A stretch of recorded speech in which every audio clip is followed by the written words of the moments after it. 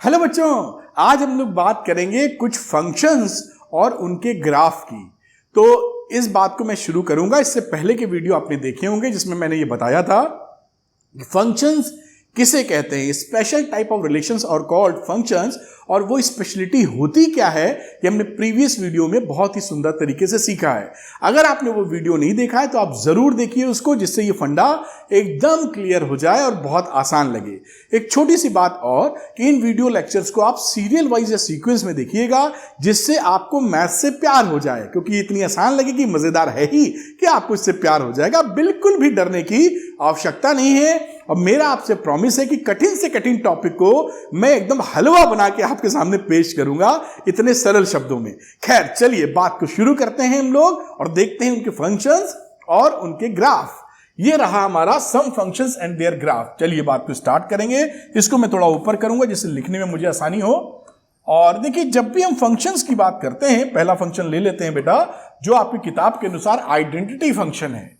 तो first function is identity function.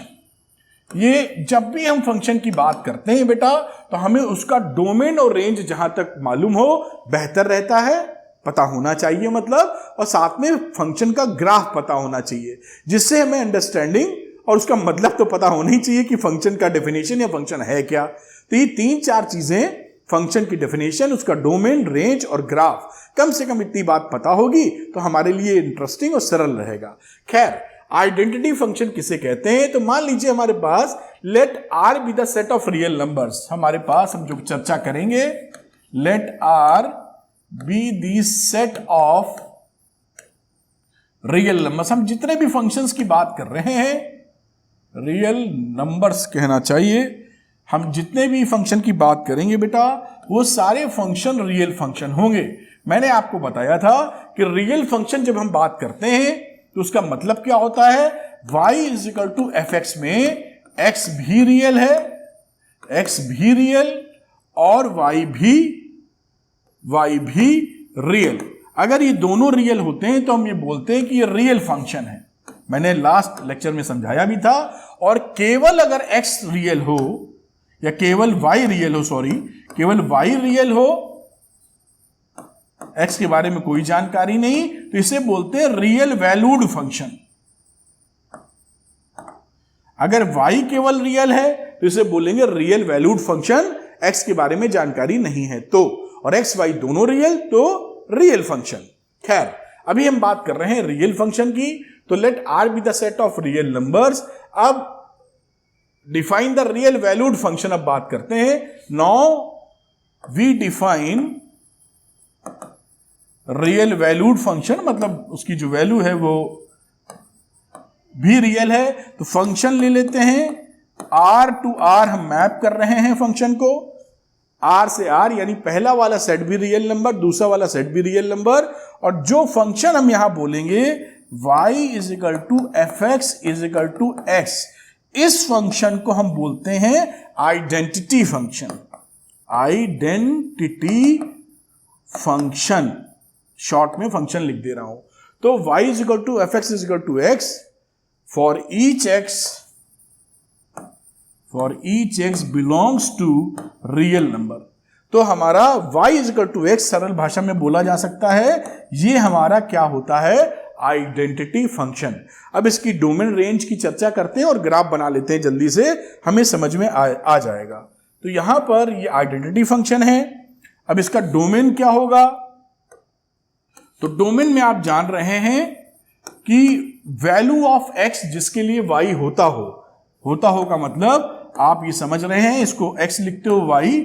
अगर ये फंक्शन है तो हर एलिमेंट की कहानी में इमेज मिलना चाहिए। तो सभी x की ऐसी वैल्यू जिसके लिए y उपलब्ध हो, तभी तो ये फंक्शन हो पाएगा। तो यहां पर y is equal to x में x की कोई भी रियल वैल्यू रखोगे y निकल आएगा। तो x क्या है? Domain real number. Real number मतलब माइनस इंफिनिटी से लेके प्लस इंफिनिटी आप लिख सकते हैं, ऑल रियल नंबर कह सकते हैं, या लिख दीजिए रियल नंबर का सेट लिख दीजिए, या और भी कई तरीके से इसको रिप्रेजेंट कर सकते हैं, रियल नंबर्स हो जाएगा। अब बात करते हैं हम लोग रेंज की। रेंज इसकी क्या होगी? तो आप जान रहे हैं क्योंकि दोनों चीजें हैं बराबर, तो इसकी रेंज भी -इन्फिनिटी टू इन्फिनिटी हो जाएगी। ये आप रियल नंबर लिख सकते हैं ये भी। तो डोमेन रेंज दोनों रियल नंबर है। रही बात ग्राफ की, तो ग्राफ बन गया ये बनाइए एक graph. y is equal to x हमारी एक स्ट्रेट लाइन होगी जो कि ओरिजिन से पास हो रही होगी, तो ये बन गई आपकी स्ट्रेट लाइन। ऐसे दिखा दीजिए पार्ट में, ये इन्फिनिटी तक चली जाएगी और बाकी कहानी आप लिख ही लेते हैं, x x dash y y dash और ये रहा ओरिजिन। सारी मार्किंग वगैरह मैं नहीं कर रहा हूं, कहीं जरूरत पड़ी तो करेंगे, वरना आप समझदार हैं, ये तो कर ही सकते हैं। तो y इजिकल टू एक्स, या जिसे y इजिकल टू आप fx इजिकल टू x बोल रहे हैं, वो आपका आइडेंटिटी फंक्शन, ये क्या है, आइडेंटिटी फंक्शन। तो ये फंक्शन आप सीख गए। अब दूसरे फंक्शन का जिक्र करते हैं जिसे बोलते हैं कांस्टेंट फंक्शन। इसको मैं ऊपर ले जाता हूं, और सेकंड नंबर का जो फंक्शन है जिसे आप बोलेंगे कांस्टेंट फंक्शन। तो इसका भी बाकी जो चीजें हैं वो मैं नहीं रिपीट कर रहा हूं कि फंक्शन है real number to real number, r to r, ये फंक्शन की मैपिंग है। अब ये क्या होता है कांस्टेंट फंक्शन, तो y इज इक्वल टू मैं लिखूं fx और इसकी वैल्यू कोई कांस्टेंट लिख देता हूं c क्या है, एनी कांस्टेंट जहां x बिलोंग करता है कोई भी रियल नंबर, और साथ में मुझे लिख देना चाहिए c is a constant. c हमारा क्या है, कांस्टेंट है, और x कोई भी रियल नंबर बिलोंग कर रहा है। यहां पर इसके डोमेन की चर्चा की जाए तो डोमेन क्या होता है, वैल्यू ऑफ x जिसके लिए y एग्जिस्ट कर रहा हो। तो वैल्यू ऑफ x कुछ भी रख दीजिए, सबके लिए तो c आएगा ही आएगा, यानी ये रियल नंबर हो गया। तो ये डोमेन हो गया रियल नंबर, जिसे आप इंटरवल के फॉर्म में -infinity two plus infinity mention कर सकते हैं। रही बात इसकी रेंज की, तो रेंज में आप देख रहे हैं कि हर बार वैल्यू क्या निकल रही है, c। तो ये सिंगलटन सेट हो जाएगा, that is only c। This is the range कि कुछ भी x रखो आंसर c ही आने वाला है। आपको फील कराने के लिए मैं एग्जांपल ले लेता हूं, जैसे आप लिख दीजिए कहीं पर y is equal to fx is equal to 2। तो y इजिकल टू 2 क्या है, एक कांस्टेंट फंक्शन है कि x की वैल्यू कुछ भी ले लो y बराबर 2 ही आएगा। ग्राफ भी बनाओगे तो y बराबर 2 आ जाएगा। खैर मैं आप इसी y बराबर 2 का ही ग्राफ बना देता हूं तो आप और अच्छे से समझ पाओगे।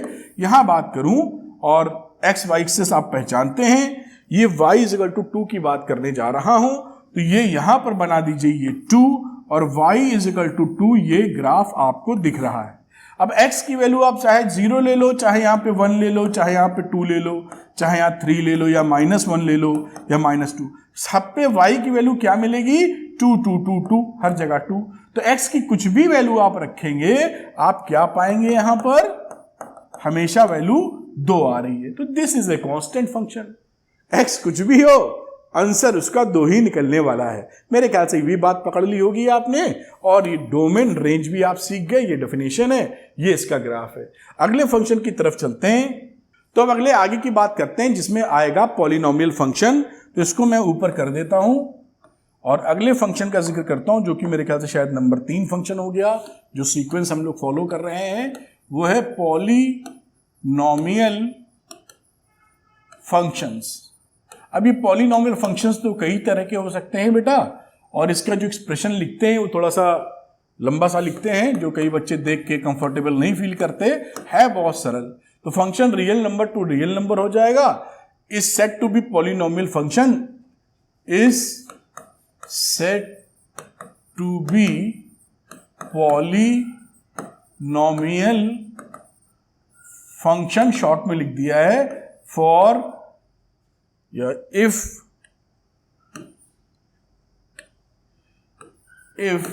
for each x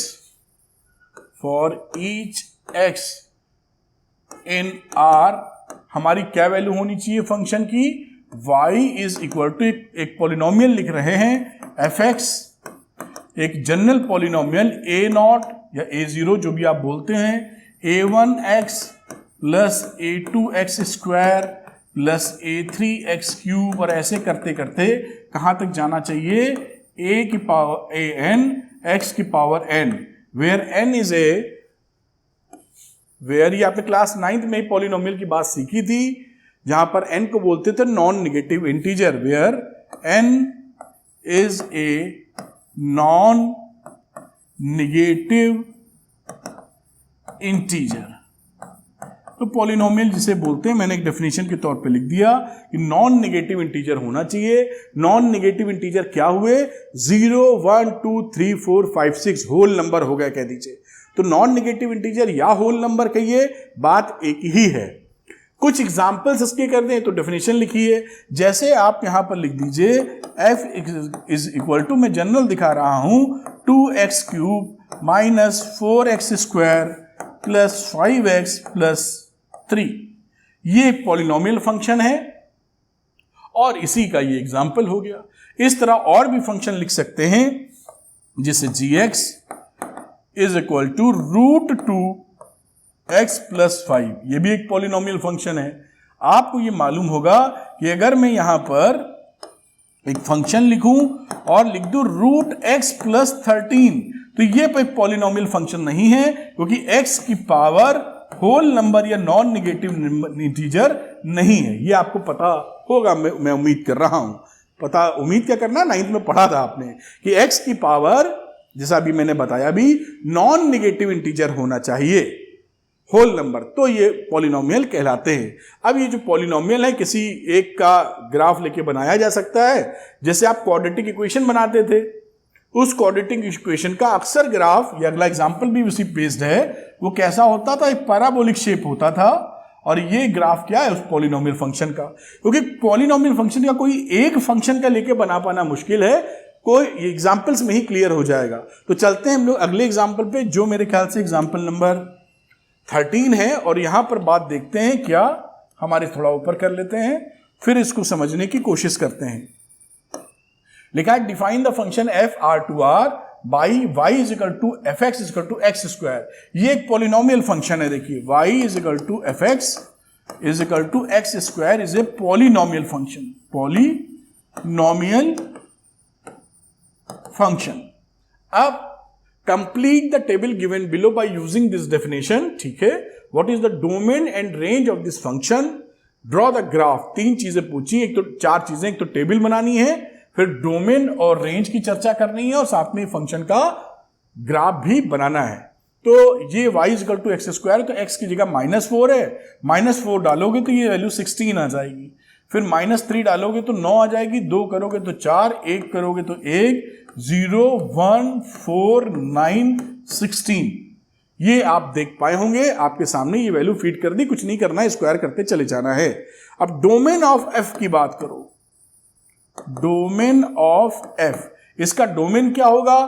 तो the set of all x such that x belongs to real number. इस तरह से डोमेन आप लिख सकते हैं कि x की जगह क्या पुट कर सकते हैं? एनी रियल नंबर, या आप इसको ऐसे भी लिख सकते हैं -∞ to infinity. This is also the same thing जो लिख रहे हैं इंटरवल के फॉर्म में।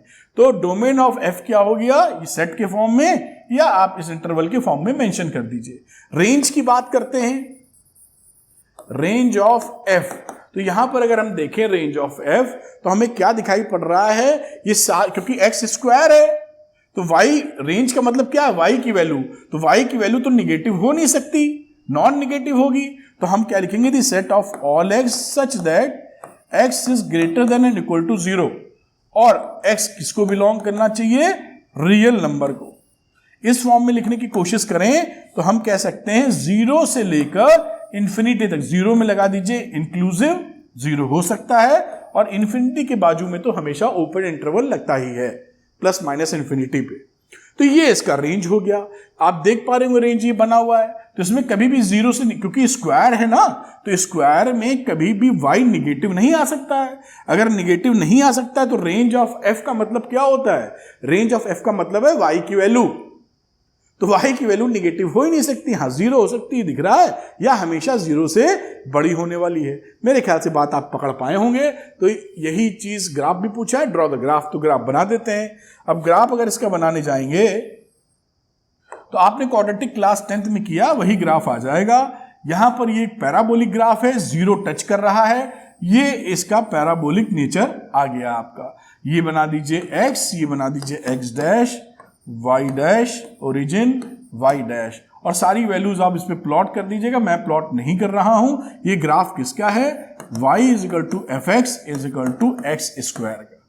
बाकी ये वैल्यूज बना के आप इसको दिखा सकते हैं कि 0 पे 2 पे कितना है। अब दिखाना चाहें तो यहां जैसे 1 पे 1 था तो यहां 1 दिखा दीजिए और यहां पर 1 दिखा दीजिए, ये भी वैल्यू 1 हो गई। ठीक, -1 के लिए भी 1 था तो ये वैल्यू -1 के लिए भी 1 हो गई। फिर यहां पर दिखा दीजिए 2, तो 2 के लिए आपने प्लॉट किया तो 2 का स्क्वायर करोगे तो 4 आ जाएगा। ये वैल्यू कितनी होनी चाहिए? 4। ऐसे ऐसे अगर आप और इसमें कुछ खुरापेच करना चाहें तो कर सकते हैं, वरना ये y equal to x square एक पैराबोलिक ग्राफ है जो 10th में हमने क्वाड्रेटिक इक्वेशन के बनाए थे, और x इक्वल टू 0 पे y इक्वल टू 0 है। इस तरह से ये बन जाता है। ये शेप क्या बोलते हैं? पैराबोला। 11th में चैप्टर भी है कोनिक सेक्शन का। 8-9 नंबर जब पहुंचेंगे तो हम लोग 10 नंबर देखेंगे। ठीक है, ये बात आप समझ पाए होंगे। अब मेरे ख्याल से इसके बाद अगला एक एग्जाम्पल शायद और है। ये देखिए ग्राफ पूछ रहा है, ये भी एक पॉलिनोमियल है। देखिए इसमें पूछा है draw the graph of the function r to r, और फंक्शन की वैल्यू है y is equal to f x is equal to x cube. तो ये आप क्या है? This is also a polynomial. एक पॉलिनोमियल फंक्शन है ये, पॉलिनोमियल फंक्शन है ये। ग्राफ बनाने की बात आएगी तो कैसे ग्राफ बनाएंगे? ये जो लिखी हुई वैल्यू यहां पर, इसको आप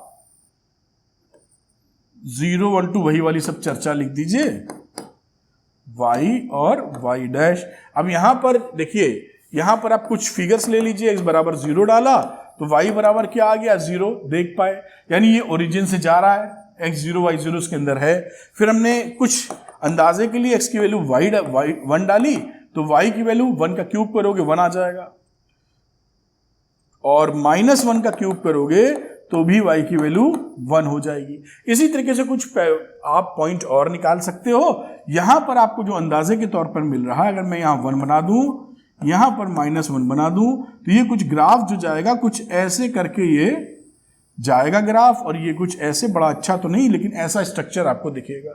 ये y is equal to x cube का ग्राफ है। इस तरीके से ये आगे बढ़ रहा है। ये ओरिजिन है O, ये -1, बाकी और पॉइंट्स बनाए जा सकते हैं। एक मोटे तौर पर ये ग्राफ ध्यान रखिए, बाकी जैसा आगे आएगा वैसा हम लोग करेंगे। अब बात करते हैं एग्जाम्पल नंबर 15 की, तो इसको भी थोड़ा सा ऊपर करते हो, देखते हैं हमसे क्या पूछ रहे हैं यहां। तो यहां पर एग्जाम्पल नंबर 15 में define the real valued function f।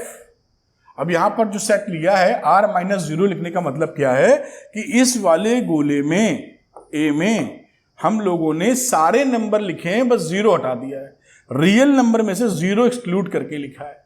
और दूसरा वाला तो r, इसके अंदर b वाले में सारा r है, और इस वाले में r में से एक एलिमेंट 0 को हटा के लिखा है। ये इसका मतलब है। Defined by f x is equal to 1/x, 1/x से डिफाइन किया गया है। अगर ऊपर थोड़ा सा नहीं दिख रहा है तो मैंने ये लिख दिया है, आप देख पा रहे होंगे। और x बिलोंग्स टू, ये जो x इसके अंदर आएगा वो 0 हटा के कोई वैल्यू ली जा सकती। Complete the table given below using this definition, what is the domain and range of this function. ठीक है, तो ये -2 है, तो यहां पर y निकालने के लिए x बराबर -2 जब रखोगे तो y की वैल्यू हो जाएगी 1/x की जगह -2। अब ये देख पा रहे हैं -0.5 आ गया, इस जगह रख दिए। सारी वैल्यू ऐसे रख दो, ये -2 रखोगे तो आ जाएगी -0.5, और -1.5 रखोगे जब आ जाएगा -0.67।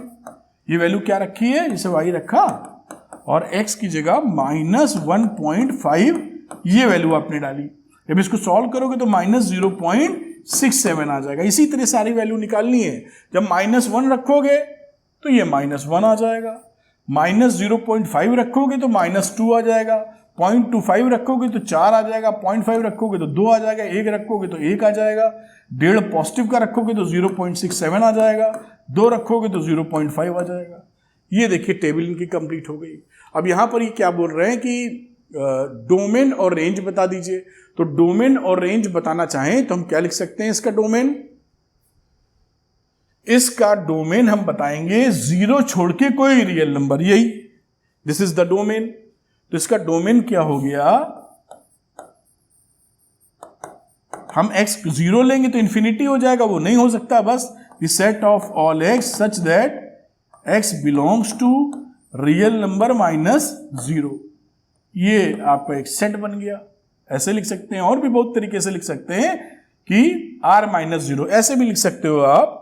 जैसे मैं लिख के दिखा दूं, आगे सीखने में मदद मिलेगी। इंटरवल फॉर्म में अगर लिखें इस डोमेन को, जीरो नहीं लेना है तो मैं क्या करता हूं, देखिए ध्यान से आप इस बात को पकड़िएगा। मैं माइनस इंफिनिटी से जीरो तक आता हूं, ओपन इंटरवल, फिर यूनियन ले लेता हूं, फिर जीरो को छोड़ते हुए प्लस इंफिनिटी तक चला जाता हूं।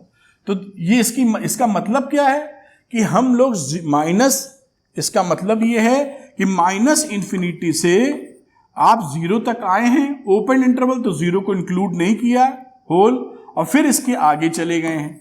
यानी जीरो यूनियन लेने का मतलब है ये और ये, मतलब इसको पूरा इंक्लूड कर लिया है, जीरो नहीं लिया है। अगर जीरो लेना होता तो हम क्लोज्ड ब्रैकेट लगाते। अगर मैं ये लगा देता माइनस इंफिनिटी टू जीरो, ऐसे क्लोज्ड, तो इसका मतलब होता था जीरो इसके अंदर इंक्लूडेड है। अभी मैंने ओपन ब्रैकेट लगाया, इसका मतलब क्या है? जीरो इससे एक्सक्लूडेड है, शामिल नहीं किया गया है इसमें। तो इस बात को ऐसे लिखा जाए या ऐसे, ये आपको समझ में आता रहेगा तो मजा आएगा आपको खेलने में, है ना। ये ऐसे लिखा जाए या ऊपर वाला जो डोमेन लिखा है ऐसे लिखा जाए, बात सब बराबर है। यहां ऐसे भी लिख सकते हैं r माइनस जीरो, ये सेट में से r में से ये इसका डोमेन है। या और कहानी लिखी मैंने तो इस तरह भी लिख सकते हैं। यहां पे देखो इस तरह भी लिख सकते हैं। इसके अलावा भी लिख दो x is such that x belongs to real number and x is not equal to zero, ये भी एक तरीका है लिखने का। सारी मीनिंग एक है। हाउ, मतलब आपको बस सिस्टम पता होना चाहिए कॉन्सेप्चुअली, और लिखने का तरीका, ये ऑल थ्री आर करेक्ट। कम से कम जो तुरंत मेरे दिमाग में तीन ही आ गए कि इसको ऐसे लिखोगे तो भी यही मतलब है, ऐसे लिखोगे तो भी, ऐसे लिखोगे तो भी। खैर, आप ये बात समझ पाए होंगे। अब डोमेन तो जीरो के एक्सेप्ट हो गया, और बात करते हैं इसके रेंज की। तो all real number except zero, भाई जीरो तो नहीं आएगा, तो इसका जो मुझे रेंज लिखना चाहिए, रेंज का मतलब क्या होता है? Value of y. तो एक्स वाई जीरो कब होगा? जब एक्स हमारा टेंडिंग टू इंफिनिटी हो जाए, या टेंडिंग नहीं इंफिनिटी हो जाए। तो एक्स तो इंफिनिटी कभी होना नहीं है क्योंकि वो रियल नंबर होता नहीं, तो ये जीरो नहीं होगा। तो all real numbers except zero. फिर इसमें तरह तरह से आप लिख सकते हैं, जो मैंने लिखा था सारी वही चीजें आ गई सेम। आप ऐसे लिख दीजिए इसको, ये भी सही है। आप ऐसे लिख दीजिए set of all y such that y belongs to real number, y is not equal to zero, या आप लिख दीजिए y belongs to r minus zero. बहुत सारी चीजें हैं जो आप लिख सकते हैं, बात समझ में आनी चाहिए। अब इसका ग्राफ भी बना लेते हैं, लगे यार बुक में दिया था तो क्यों छोड़ा जाए। तो ग्राफ में आप y is equal to 1/x जब लेते हैं तो जैसे जैसे x इंक्रीज करेंगे y घटेगा। तो यहां पर ये रहा x और ये रहा x डैश, ये रहा y और ये रहा y डैश ओरिजिन। तो जैसे जैसे आप x बढ़ाएंगे हमारा y घटता चला जाएगा, इस तरह से ग्राफ मिलेगा। यहां पर इसी तरीके से देखिए, जैसे जैसे x बढ़ाएंगे y हमारा गिरता चला जाएगा। तो ये जो ग्राफ रेड कलर से बना दिया है, ये y इज इक्वल टू, ये जो ग्राफ बना है ये बना हुआ है x 1 2 3 4, तो y डाउन होता जा रहा है 1 2 3 4। जैसे जैसे आप जाएंगे ये वैल्यू आपको अचीव हो जाएगी। ये इसका ग्राफ हो गया।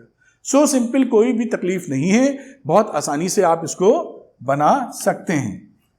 अभी तो अलजेब्रा की बात है, पहले तो हम लोग बात करते हैं और फंक्शंस की। अब यहां पर आगे बात करते हैं बेटा एक बहुत ही इंपॉर्टेंट फंक्शंस है। तो बात करते हैं अगले फंक्शन की, जिसे बोलेंगे मॉडुलस फंक्शन, और ये क्लास 11th का सबसे ज्यादा महत्वपूर्ण फंक्शन है। तो ये मेरे ख्याल से जहां तक 5वां था, और इसको लिख देना चाहिए मॉडुलस फंक्शन। मॉडुलस फंक्शन कैसे रिप्रेजेंट करते हैं, क्या इसका मीनिंग है, अभी मैं आपको बता रहा हूं। फंक्शन ले लीजिए जो कि रियल नंबर से रियल नंबर है, दोनों सेट, और इसको रिप्रेजेंट करते हैं हम लोग y is equal to f x, और ये इसका साइन है मॉडुलस ऑफ x। इसको क्या पढ़ते हैं, मॉडुलस फंक्शन है, इसको पढ़ते हैं मॉडुलस ऑफ x। ये जो लिखा हुआ है इस समय, तो ये मॉडुलस फंक्शन है जहां पर x हमारा बिलोंग करता है कोई भी रियल नंबर को। मॉडुलस फंक्शन का मतलब क्या होता है, इसको सिंपल भाषा में तोड़ा जाए तो इसी फंक्शन को मैं लिख देता हूं y is equal to f x is equal to modulus of x, और इसको x की वैल्यू अगर ग्रेटर देन इक्वल टू 0 है तो इसकी वैल्यू हो जाती है प्लस x, और x की वैल्यू अगर लेस देन 0 है तो वैल्यू हो जाती है minus x। Modulus of x का मतलब होता है कोई भी नंबर इसके अंदर डालेंगे इसकी एब्सोल्यूट वैल्यू निकाल देता है, आपके शब्दों में, सरल शब्दों में पॉजिटिव वैल्यू दे देता है, ऐसे समझिए। +2 है तो भी 2, और -2 है तो भी 2, 0 है तो 0, ठीक। कहीं फ्रैक्शन लिखा है हाफ तो ये हाफ, कहीं -½ लिखा है तो भी +½ तो ये एब्सोल्यूट वैल्यू देता है। जब एब्सोल्यूट वैल्यू का मतलब है विदाउट साइन, तो या आप कह सकते हैं विदाउट साइन हम पॉजिटिव समझते हैं तो सारी पॉजिटिव वैल्यू निकालता है। इसलिए ये x अगर खुद पॉजिटिव है तो कोई समस्या ही नहीं है, 2 पॉजिटिव था 2 छाप दो, पॉजिटिव है या ग्रेटर देन 0 है या इक्वल टू 0 है तो x जो लिखा छाप दिया। अब जब निगेटिव था देखिए तो इसको हमें पॉजिटिव करना है, तो इस -2 को जो मॉडुलस के अंदर है अगर मैं पॉजिटिव लाना है, ये तो है x जो अंदर लिखा है, एक माइनस और लगाना पड़ता है जिससे रिजल्ट हमारा 2 आ जाए। ये तो x है पूरा ना, ये x लिखा हुआ है और ये माइनस लगा दिया, तो इसीलिए जब x की वैल्यू लेस देन 0 होती है तो जो x लिखा हुआ उसके साथ एक माइनस, इसका चौकीदार साथ में आ जाता है। समझ गए आप? तो ये इसका एक सिंपल फंक्शन के रूप में इसको तोड़ा गया है। ये आपको जरूर और बहुत ही शानदार तरीके से आना चाहिए, ये बहुत ज्यादा इंपॉर्टेंट फंक्शन है मॉडुलस फंक्शन, और सिंपल भाषा में इसको यही वैल्यू बोलते हैं। हमेशा मॉडुलस ऑफ x हमेशा पॉजिटिव वैल्यू देता है, बाकी मैंने आपको अंदाजा दिया। अगर इसका ग्राफ बनाते हैं आप देखिए, तो ये है ओरिजिन, ये है x, ये है x dash, y dash, y, तो V शेप कर्व मिलता है। x की वैल्यू 0 रखने पे y 0 मिल रहा है, यानी ये ओरिजिन से जा रहा है लेकिन पॉजिटिव वैल्यू ही देता है, तो ये आपको V शेप कर्व मिलता है। यहां पर देखिए नीचे कोई कर्व नहीं है, क्योंकि नीचे आने का मतलब क्या हो जाएगा, y निगेटिव, इधर तो y निगेटिव होता है, तो y निगेटिव तो ये होना ही नहीं कभी, तो इस y निगेटिव वाले रीजन में नहीं है, केवल पॉजिटिव वाले रीजन में है, जो कि मुझे अलग कलर से शो करना चाहिए था। अब मैं थोड़ा सा गाढ़ा कर रहा हूं, उम्मीद है आपको दिख पा रहा होगा। तो ये मॉडुलस फंक्शन है। बाकी मॉडुलस फंक्शन पे सवाल वगैरह जो अलग अलग बनते हैं वो अलग बनते रहेंगे। खैर मेरा मन कर रहा है थोड़ा सा और बता दूं इस पे, क्योंकि ये इंपॉर्टेंट है। कहीं पर देखिए मॉडुलस फंक्शन इस तरह का आ जाए, अगर y is equal to f x is equal to modulus of x minus 2 suppose, तो हम ये देखते हैं कि ये पूरी x माइनस 2 ग्रेटर देन 0 कहां है ना। तो इसको आप तोड़ के क्या लिखेंगे, ध्यान देना, ये जो वैल्यू है पूरी ग्रेटर देन 0 कहां है, तो ये है x is greater than equal to 2, और दूसरी वैल्यू क्या हो गई, x माइनस 2 लेस देन 0 कहां है, तो x इज लेस देन 2। तो ये 2 पैरामीटर्स पे टूटेगा, यानी x की वैल्यू अगर 2 या 2 से बड़ी है, अगर 2 या 2 से बड़ी है तो ये टर्म क्या हो गया, पॉजिटिव इन नेचर, तो इसे प्लस करके x माइनस 2 लिख दो।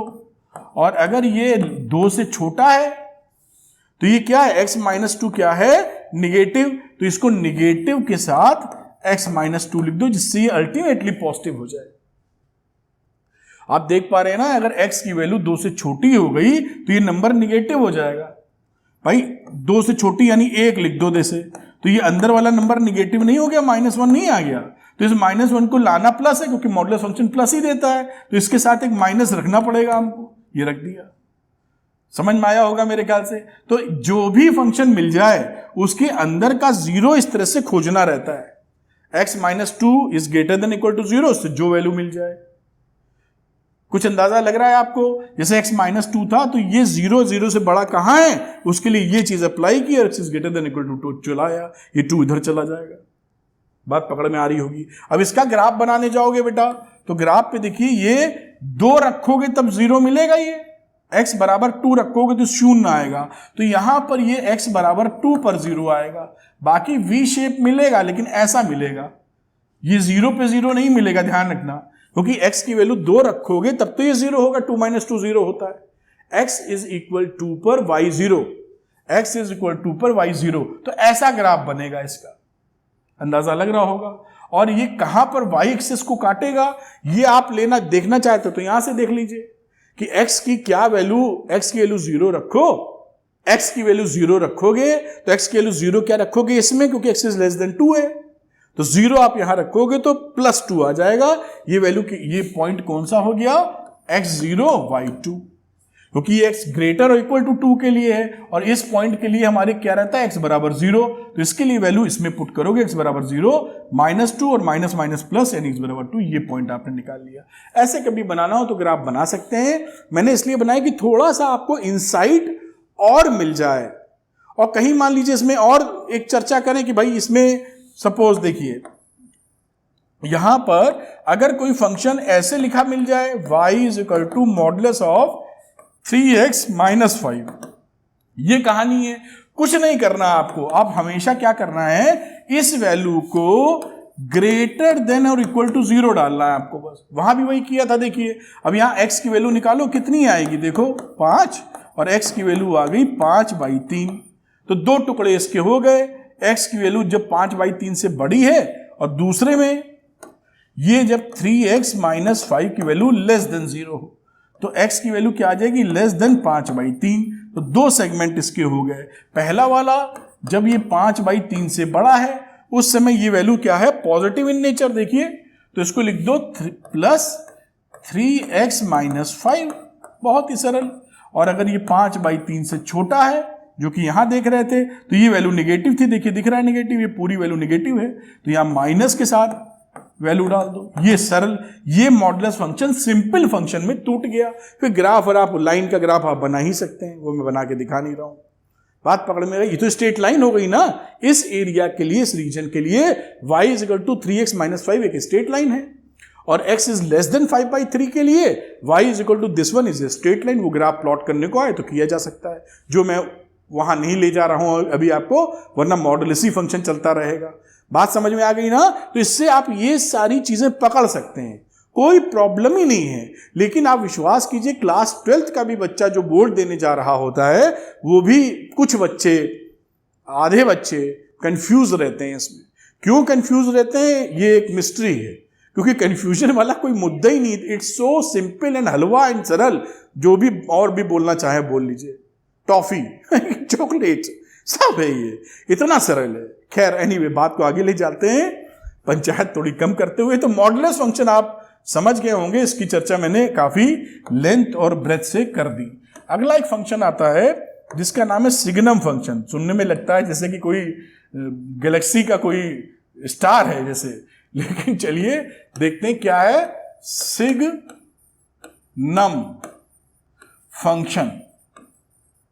बहुत ही आसानी से इसको समझ सकते हैं। फंक्शन है वही R2R जो लिख रहे थे। सिंपल भाषा में, सिंपल फंक्शन में इसकी वैल्यू 1 होती है जब हमारा x ग्रेटर देन 0 हो, इसकी वैल्यू 0 होती है जब x की वैल्यू हमारी 0 होती है, इसकी वैल्यू -1 होती है जब x की वैल्यू लेस देन 0 होती है। This is signum function. अगर मैं इसके डोमेन की अगर बात करो, भाई x की कौन सी वैल्यू जिसके लिए y निकलेगा, तो इसका डोमेन क्या हो जाएगा, इसका डोमेन हो जाएगा all real number, all real number. भाई x की वैल्यू कुछ भी रख सकते हो ना, तो x belongs to real number, या और भी तरीके से लिख सकते हो -∞ से ∞। और इसकी रेंज क्या हो जाएगी बेटा, तो रेंज में ये 3 ही वैल्यू ले रहा है, तो रेंज हो जाएगी -1, 0 और 1, सेट ऑफ ऑल एलिमेंट जो कि y की वैल्यू आ सकती है। अच्छा, मॉडुलस फंक्शन के लिए शायद डोमेन रेंज नहीं बताया आपको, तो कहां चले गए भाई, ये मॉडुलस फंक्शन के लिए उसमें भी बड़े आसानी से शायद बताया था, मुझे लगता है शुरू में, मुझे याद नहीं आ रहा, एक बार देख लेते हैं जिससे कुछ रह ना जाए। अब यहां बात की जाए इसके डोमेन की, मॉडुलस वाले की, तो डोमेन में क्या मतलब होता है, एक्स की वैल्यू, तो एक्स की वैल्यू तो कोई रख सकते हो, तो ऑल रियल नंबर, डोमेन क्या है, रियल नंबर। और इसका कहीं लिखा था मेरे ख्याल से, खैर, और रेंज क्या होती है, तो रेंज आप जानते हैं हमेशा मॉडुलस फंक्शन क्या वैल्यू देता है, greater than and equal to zero, मतलब नॉन निगेटिव वैल्यू दे देगा। जीरो डालोगे तो जीरो देगा, उसके अलावा जो भी डालोगे उसकी पॉजिटिव वैल्यू देगा। तो हमेशा जो इसका रेंज होगा y का, वो क्या होगा, greater than equal to zero, यानी जीरो इंक्लूड करते हुए इंफिनिटी तक जा सकते हैं आप।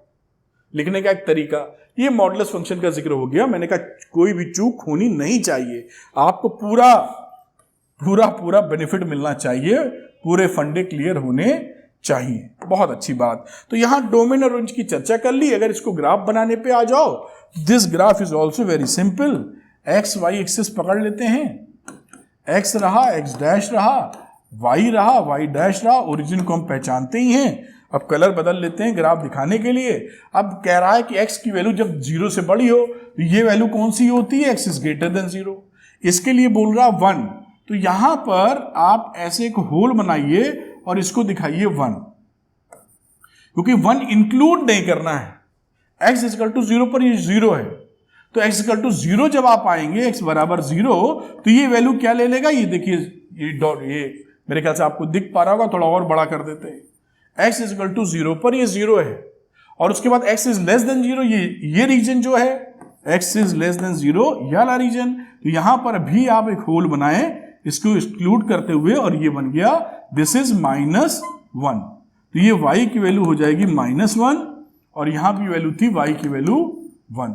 ये एक सिग्नम फंक्शन का ग्राफ है जो आपको आना चाहिए, और आप समझ भी पा रहे होंगे, बड़ा ही आसानी से इसको समझा जा सकता है। जब x बराबर जीरो है तो y जीरो है, जब x is greater than zero है तो y बराबर 1 है, जब x इज इक्वल टू -1 है तो y बराबर, जब x is less than zero है तो y बराबर -1 है। ये सिग्नम फंक्शन की कहानी हो जाती है। अब चलते हैं अगला एक ग्राफ या वो देखते हैं फंक्शन, जो भी इंपॉर्टेंट है, थोड़ा फैंसी है, पूछा भी जाता है, इसको बोलते हैं ग्रेटेस्ट इंटीजर फंक्शन। ये शायद मेरे ख्याल से 5, 6, 7वां नंबर था जैसा याद आ रहा है। कुछ गलत सीक्वेंस होगा तो आप सही कर लेना, उसमें कौन सी बात है। Greatest integer function. अब इस फंक्शन को जो हम लोग एक और नाम से जानते हैं, उसको बोलते हैं फ्लोर फंक्शन। फ्लोर मतलब जमीन की फ्लोर होती है वैसी वाली, इसका सिंबल भी वैसे ही बना देते हैं 2 तरीके से। तो मैं इसको लिख देता हूं पहले फ्लोर फंक्शन। इसका सिंबॉलिक रिप्रेजेंटेशन क्या है, इसको सिंबल के तौर पर मैं ऐसे भी रिप्रेजेंट किया जाता है, और जैसे फ्लोर फंक्शन बोला है तो ये देखिए फ्लोर वाला ऐसे भी रिप्रेजेंट किया जाता है। ये 2 तरह का रिप्रेजेंटेशन है। इस फंक्शन का मतलब क्या समझाते हैं, फिर इसको हम प्रॉपर आपके सामने पेश करेंगे। मान लीजिए मैंने ग्रेटेस्ट इंटीजर फंक्शन के अंदर वैल्यू रखी 2.75, तो ये जो आंसर देता है वो देता है the integral value which is equal to this value और लेस देन दिस वैल्यू। तो 2, अगर ये इंटीजर है तो इंटीजर दे देगा, अगर कहीं पर मैं 2 लिख दूं तो इसका आंसर ये 2 दे देगा, अगर मैं 3 लिख दूंगा तो इसका आंसर 3 दे देगा, लेकिन 2.75 लिखूंगा तो इसका आंसर 2 दे देगा। कैसे? ये वो वैल्यू पिकअप करता है, अगर अंदर वाली इंटीग्रल वैल्यू है तो सेम वैल्यू, अगर इंटीग्रल नहीं है तो इससे छोटी इंटीग्रल वैल्यू। तो 2.75 से छोटी इंटीग्रल वैल्यू क्या है, 2। और समझ में आया होगा। और कुछ एग्जांपल ले लेते हैं, जैसे मैं डाल दूं यहां पर, मान लीजिए 0 डाल दूं तो 0 इंटीग्रल वैल्यू है, 0 ही आ जाएगा। अगर मैं 0.75 डाल दूं, ये इंटीग्रल वैल्यू नहीं है, तो इस डिजिट में, इस फिगर में, इस नंबर में छोटी इंटीग्रल वैल्यू, फिर से 0 आ गया। बात पकड़ में आई। अब कंफ्यूजन कहां होता है, कंफ्यूजन होता है यहां, जब ये नंबर लिख दूंगा -7.45, यहां बच्चे गलती कर जाते हैं। अगर मैं बोलूं इसकी वैल्यू बताओ कितनी है, इंटीग्रल वैल्यू अगर मैं लिखता यहां पर -7, तो ये वैल्यू -7 आती। अगर मैं लिखता -8 तो ये वैल्यू -8 आती। इंटीग्रल वैल्यू इंटीग्रल दे देगा।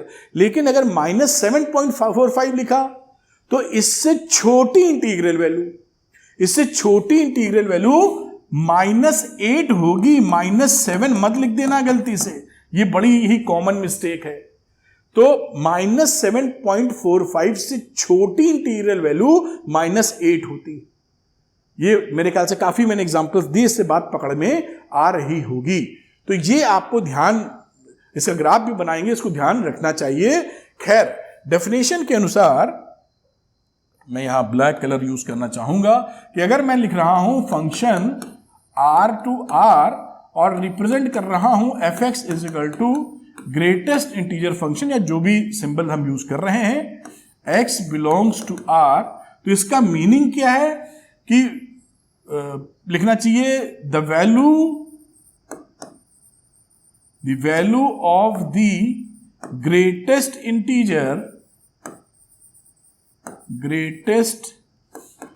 इंटीजर और लेस देन और इक्वल टू x।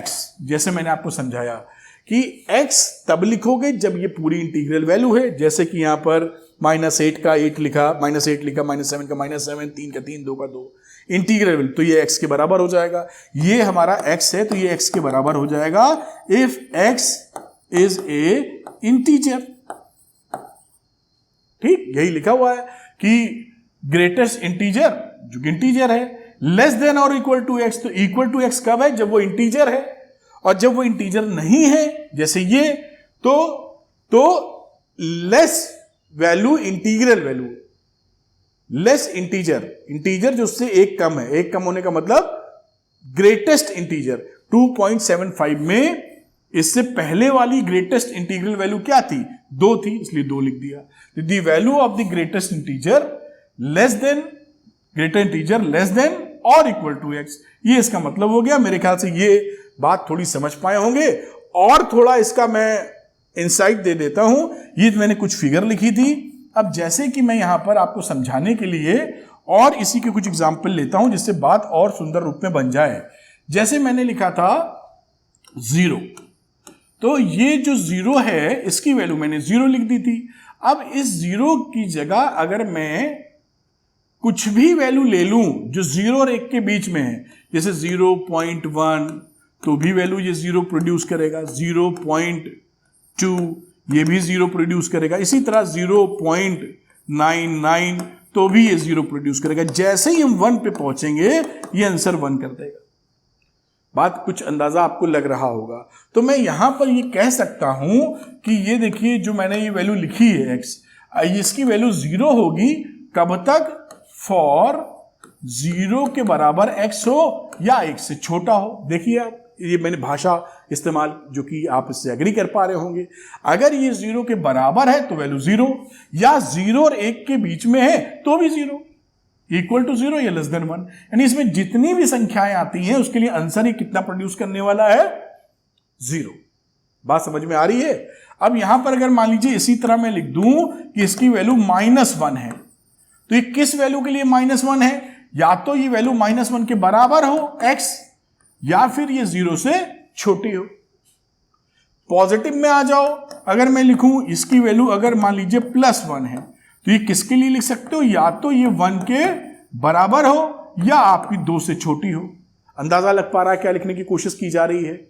अगर मैं इसी तरह x की वैल्यू 2 लिख दूं तो क्या कर सकते हो कि x की वैल्यू 2 के बराबर या उससे बड़ी और 3 से छोटी हो। ये कुछ फंक्शंस हो गए जो इसको रेंज में स्थापित करते हैं। अब इसी को देख के आप ग्राफ बनाना चाहें तो बड़े प्यार से ग्राफ बना सकते हैं। मैं इसी को थोड़ा इधर शिफ्ट कर रहा हूं, जैसे ये दिखाते हुए ग्राफ बना सकूं आपको और आप समझ जाएं। इस ग्राफ को हम लोग स्टेप ग्राफ भी बोलते हैं, स्टेयरकेस ग्राफ भी बोलते हैं। स्टेयरकेस का मतलब जैसे घरों की सीढ़ियां होती हैं, सीढ़ी मतलब जीने चढ़ते हैं आप, वैसी अभी आपको दिखाई पड़ेगा। तो मैं इसको अगर मैं बनाने की थोड़ी कोशिश करूं, ये कुछ मैंने x ले लिया, ये x डैश, ये साहब y और इधर कहीं y डैश। और लाल कलर ले लेते हैं ग्राफ दिखाने के लिए। हमने ये देखा था कि ये 0 वैल्यू अचीव कर रहा है, कहाँ तक, 0 और 1 के बीच जब होगा। तो मैं यहाँ बना देता हूँ इसकी 0 वैल्यू और यहाँ बना देता हूँ 1। तो ये 0 से 1 की रेंज में क्या पकड़ रहा है, 0। अब 1 के बाद आता है दूसरा नंबर 2, अगला आएगा 3 और अगला आएगा 4, इतना ही काफ़ी है। अब हम 1 और 2 में चलें, जैसे ये वैल्यू 1 होती है या उससे बड़ी होती है 2 से छोटी, ये आंसर क्या देता है, 1। तो 1 पे जैसे हम पहुंचे यहाँ इस वैल्यू पर, आप समझें, तो ये यहाँ पर ये वैल्यू होल्ड करेगा 1 और 2 तक। 2 को छोड़ते हुए ये गोला बना दिया यहाँ, 2 को, क्योंकि 2 को एक्सक्लूड किया है, इंक्लूड नहीं, 2 के ऊपर सीधे मैंने एक हॉलो स्फीयर बनाया है। स्फीयर न करके सर्किल बोल देना चाहिए, एक सर्किल बनाया है। तो इस तरह का केस बन गया कि 1 या 1 से 2 के बीच में इस तरह का ग्राफ आना चाहिए। अब 2 से 3 में चले, तो जैसे ही 2 पहुंचोगे खटाक से कहां पहुंच जाएगा, 2 पर। ये देखिए यहां पहुंच गया और 3 तक आपको चलेगा, लेकिन 3 पर, ठीक सीधे 3 पर ये फिर हॉलो बना देगा। इसी तरह 4 पे चलोगे तो ये इस तरह का फिर ग्राफ दे देगा। ये नंबर क्या रहा, ये 3 से 4 के बीच में नंबर 3 रहा। ये ग्राफ आपको दिख रहा है इस तरह से जाता हुआ। अब इसी में आ जाओ नीचे, यहां वैल्यू -1 ले लो, यहां वैल्यू -2 ले लो, यहां वैल्यू -3 ले लो, और ये वैल्यू -1 -2 और ये -3। अब यहां पे आ जाओ कि अगर 0 से -1 के बीच वैल्यू है, 0 -1 के बीच में वैल्यू है, तो क्या आंसर देगा, ये देगा आपका -1। ये हॉलो छोड़ देंगे क्योंकि 0 पर 0 वैल्यू ले रहा है।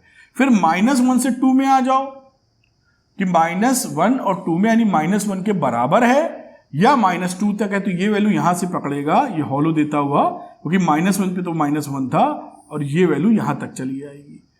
ये गोला हॉलो है, फिर यहां पे हॉलो मिलेगा और फिर ऐसे चली जाएगी। देख पा रहे हैं आप? तो ये कुछ ऐसा देखिए, स्टेयर केस नहीं है जैसे सीढ़ियां बनी हो, टुई टुई टुई टुई टुई टुई। इसको ये ग्राफ बना देना टुई टुई टुई वाला। ये तो इसलिए था कि आपको दिखा पाए कि जैसे सीढ़ी नुमा लग रहा है, तो इस वजह से इसको स्टेप ग्राफिंग या स्टेयर केस ग्राफिंग भी बोलते हैं। स्टेप ग्राफ भी बोला जा सकता है या स्टेयर केस, मतलब वही है। स्टेयर केस मतलब वही सीढ़ी टाइप का स्ट्रक्चर दे रहा है। ये जो मैंने खींचा है इसको ना बनाना, ये तो आपको ऐसे ही मौज में खींच दिया है। Are you getting my point? Absolutely. तो ये बात आप पकड़ लिए, ग्राफ बन गया, मैंने पूरी बात समझा दी। तो बेटा अगली बात करते हैं स्मॉलेस्ट इंटीजर फंक्शन की। तो ये रहा स्मॉलेस्ट इंटीजर फंक्शन, जिसे हम सीलिंग फंक्शन भी बोलते हैं। सीलिंग फंक्शन का मतलब जिसे सीलिंग वाली छत होती है, छत को सीलिंग बोलते हैं, तो वाला फंक्शन। तो देखिए इसका जो नोटेशन है वो भी छत नुमा वाला है, छत आ गई इसके ऊपर, नीचे कुछ नहीं है। वो पहले वाला फ्लोर फंक्शन था, ग्रेटेस्ट इंटीजर फंक्शन, और ये क्या है, स्मॉलेस्ट इंटीजर फंक्शन, इस तरह का। और ये क्या डिनोट करता है, to denote smallest integer greater than और इक्वल टू x। क्या मतलब है कि अगर मैं 4.7 लिख देता इसमें, ऐसे बनाना चाहिए इसका ग्राफ, नीचे वाला हिस्सा नहीं। अगर मैं इसको 4.75 लिख दूं ऐसे, तो 4.75 का मतलब क्या है, अगर ये ग्रेटेस्ट इंटीजर होता तो होता 4, और ये क्या बोल रहा है कि या तो x के बराबर हो या ग्रेटर देन हो, यानी इसकी वैल्यू हो जाएगी 5।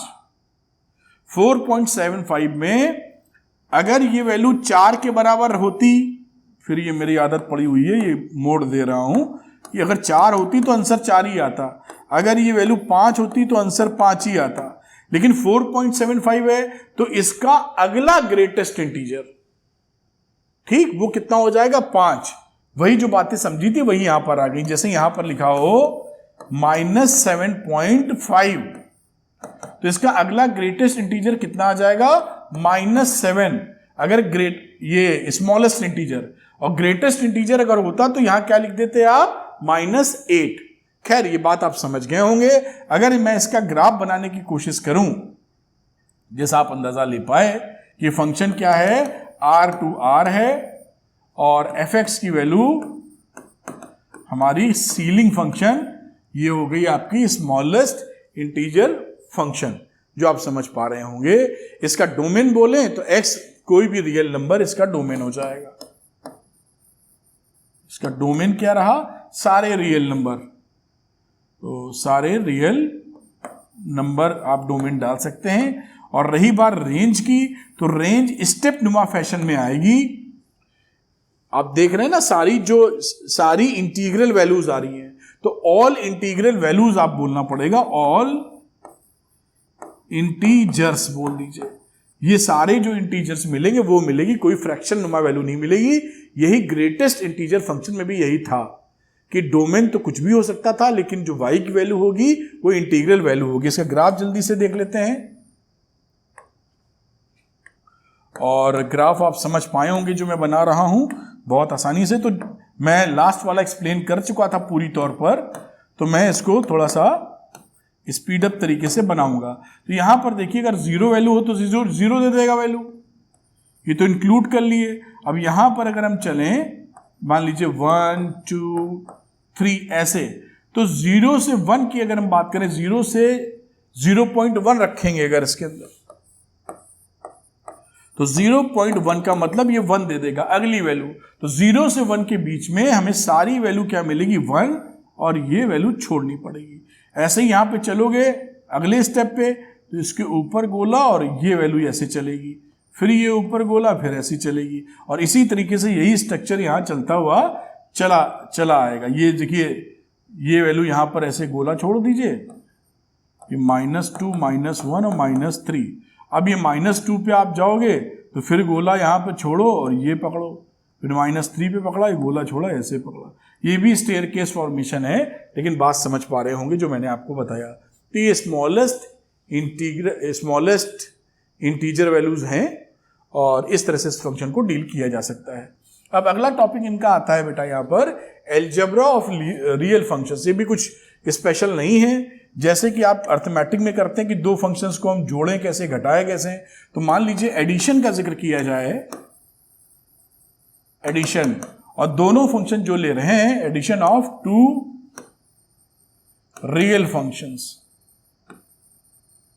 रियल फंक्शन का मतलब हो गया कि दो फंक्शन है, सब में यही लिखेंगे हम लोग, जहां पर x की वैल्यू रियल नंबर से है, और दूसरा जो फंक्शन है g, उसको भी हम लोग x की मैपिंग r से कर रहे हैं। Be two real functions, be two real functions. अगर ये हमारे पास दो रियल फंक्शंस हैं जहां पर जो ये x है is a subset of r है, तो x भी रियल हो गया और ये जो इसकी वैल्यू निकलेगी वो भी रियल हो गया, तो ये रियल फंक्शन हो गया। उस समय हम क्या करते हैं, इनको ऐड करना, मतलब हम ये चाहते हैं कि f प्लस जी, ये जो फंक्शन आए, ये फंक्शन कौन सा आएगा ये पता चल जाए हमको। तो सिंपली हमें f plus g into x अगर कर रहे हैं तो इसकी वैल्यू क्या लिख देनी चाहिए, f x plus g x for all x belongs to capital X। ये देखिए, कुछ नहीं करना है, f प्लस जी अगर लेना है, जब f प्लस जी लिखा किसी x का ही ले रहे होंगे तो F x plus g x कर देंगे, ये आपका एडिशन हो जाएगा। सब्सट्रैक्शन बात करें तो यहीं पर मैं सब्सट्रैक्शन, इसी चर्चा को पूरी बात ना लिखते हुए यहां पर इसी में मान लीजिए f माइनस जी कहीं करना हो तो बड़े सुंदर तरीके से आप f x minus g x कर सकते हैं for all x belongs to capital X। तो जोड़ना या घटाना, बिल्कुल आप दोनों फंक्शन को एक साथ ले रहे हो तो F x minus g x या F x plus g x किया जा सकता है। मेरे ख्याल से समझ में आया होगा। अब मल्टीप्लीकेशन ऑफ किसी फंक्शन को किसी स्केलर क्वांटिटी से मल्टीप्लाई कर रहे हैं, तो मल्टीप्लीकेशन बाय ए स्केलर, किसी स्केलर क्वांटिटी से अगर किसी फंक्शन को मल्टीप्लाई किया जाए, यानी अल्फा एफ लिख रहे हैं सपोज, और इसकी वैल्यू हमको निकालनी है, तो अल्फा इंटू एफ एक्स लिखा जा सकता है। बाकी सारी वैल्यूज जैसे मैंने ऊपर लिखी थी उसी के अनुसार है। अल्फा क्या है, सम स्केलर क्वांटिटी, ठीक। तो अल्फा से मल्टीप्लाई करना हो तो मल्टीप्लाई कर दीजिए। अब किन्हीं दो फंक्शन को मल्टीप्लाई करना हो, नंबर 4, तो multiplication of two real functions, multiplications of two real functions. ये भी बड़ा आसान है, अगर आप इसको f इंटू जी निकालना चाहते हैं, ये इसका मतलब हो गया, तो कुछ नहीं करना है, f x into g x कर दीजिए, वही x belongs to, for all x belongs to capital X, जो रियल नंबर का पार्ट है, for all x belongs to capital X। तो ये पॉइंट वाइज मल्टीप्लीकेशन है। पॉइंट वाइज ये क्या है? Pointwise multiplication. मल्टीप्लीकेशन क्यों पॉइंट वाइज मल्टीप्लीकेशन है? क्योंकि जब आप x किसी पॉइंट को लेकर मल्टीप्लाई करेंगे, मान लो 2 पर कर रहे हैं तो f2 इंटू G2, यही तो करेंगे। 3 पर कर रहे हैं तो f3 इंटू G3, तो ये पॉइंट वाइज मल्टीप्लीकेशन है। मान लो डिवीजन या कोशेंट की बात कर लें, इसी में नंबर 5 पार्ट की बात करें तो कोशेंट मतलब आप डिवाइड कर रहे हैं ऑफ टू रियल फंक्शंस। अब यहां पे वही जिक्र कि अगर आप f अपॉन जी ले रहे हैं डिवाइड करते वक्त, तो ये वैल्यू होनी चाहिए एफ एक्स अपॉन जी एक्स, और ये अंडरस्टूड है कि जी एक्स की वैल्यू 0 नहीं होनी चाहिए, where g x must not be equal to 0 और स्मॉल एक्स कैपिटल एक्स को बिलोंग करना चाहिए। ये अलजेब्रा ऑफ फंक्शन हो जाता है, कुछ भी स्पेशल नहीं है, एनसीईआरटी में आपको मालूम होना चाहिए, बिल्कुल अच्छी बात, इस्तेमाल होता है खूब। लेकिन अब बात करते हैं कुछ एग्जाम्पल्स की इसके। तो एग्जाम्पल नंबर 16 है, देखिए इसको कर लेते हैं फटाफट, बहुत ही आसान है ये, और इसको मैं थोड़ा सा ऊपर ले जाना चाहूंगा। तो यहां लिखा है let f x equal to x square and g x equal to 2x plus 1 be two real functions, find f plus g x. तो f प्लस जी एक्स अगर मैं निकालूं तो आप f plus g into x को क्या लिख सकते हो? F x plus g x. ये इसको मेंशन किया जा सकता है, हमने सीखा है। तो एफ एक्स की जगह आ गया एक्स स्क्वायर और जी एक्स की जगह आ गया 2x प्लस 1। ये आंसर हो गया पहले वाले का। बस रही बात दूसरे वाले की, तो f माइनस जी लिखा हुआ है x, तो आप लिखोगे F x minus g x, तो यहां पर वैल्यू होगी x square minus 2x minus 1, खत्म हो गया। नंबर 3 पकड़ लेते हैं कोई और कलर से, ये वैल्यू रही एफ जी इंटू एक्स, तो इसको लिखना होगा F x into g x. इसको आप लिखे भी रहने दें तो कोई फर्क पड़ता नहीं है, लेकिन मैं जबरदस्ती आपको कंफ्यूज नहीं करना चाहूंगा। ये एफ एक्स लिखा इंटू जी एक्स, तो एफ एक्स की वैल्यू क्या थी? एक्स स्क्वायर और साथ में था 2x प्लस 1, तो ये वैल्यू ये हो गई। अब यहां पर अब इसको मल्टीप्लाई करके भी लिख सकते हैं आप, इसको लिख सकते हैं 2x cube plus x square, ये आंसर इसका आ गया। अगली बात करते हैं जहां पर एफ वाई कोशेंट का जिक्र किया जा रहा है, तो आप इसको लिखते हैं एफ एक्स अपॉन जी एक्स। तो एफ एक्स की वैल्यू कितनी थी? एक्स स्क्वायर और जी एक्स था 2x प्लस 1, ये x square upon 2x plus 1 आ गया, जहां पर नीचे वाली वैल्यू 2x प्लस 1 0 के बराबर नहीं होनी चाहिए, मतलब x की वैल्यू माइनस हाफ नहीं होनी चाहिए, बात खत्म हो जाती है। ये भी देखिए प्रूफ हो गया। प्रूफ होने का मतलब ये वैल्यू आपने निकाल ली। अब चलिए इसका अगला एग्जांपल देखते हैं, क्योंकि इसमें कुछ भी ऐसा नहीं है जो आपकी समझ में ना आए, it is absolutely very very simple. अब ये एग्जांपल नंबर 17 देखते हैं। इसमें देखते हैं let f x is equal to under root g x, और जी एक्स की वैल्यू x लिखी है, be two functions defined over the set of non negative real number. ये कैसे डिफाइंड है? नॉन नेगेटिव रियल नंबर पे defined है। Find f plus g x, f minus, फिर वही चारों वैल्यूज पूछी है, तो मैं f प्लस जी एक्स अगर लिखूं तो आप जान रहे हैं F x plus g x, तो एफ एक्स की वैल्यू है रूट एक्स और जी एक्स की वैल्यू है x, ये पहले वाले का आंसर आ गया।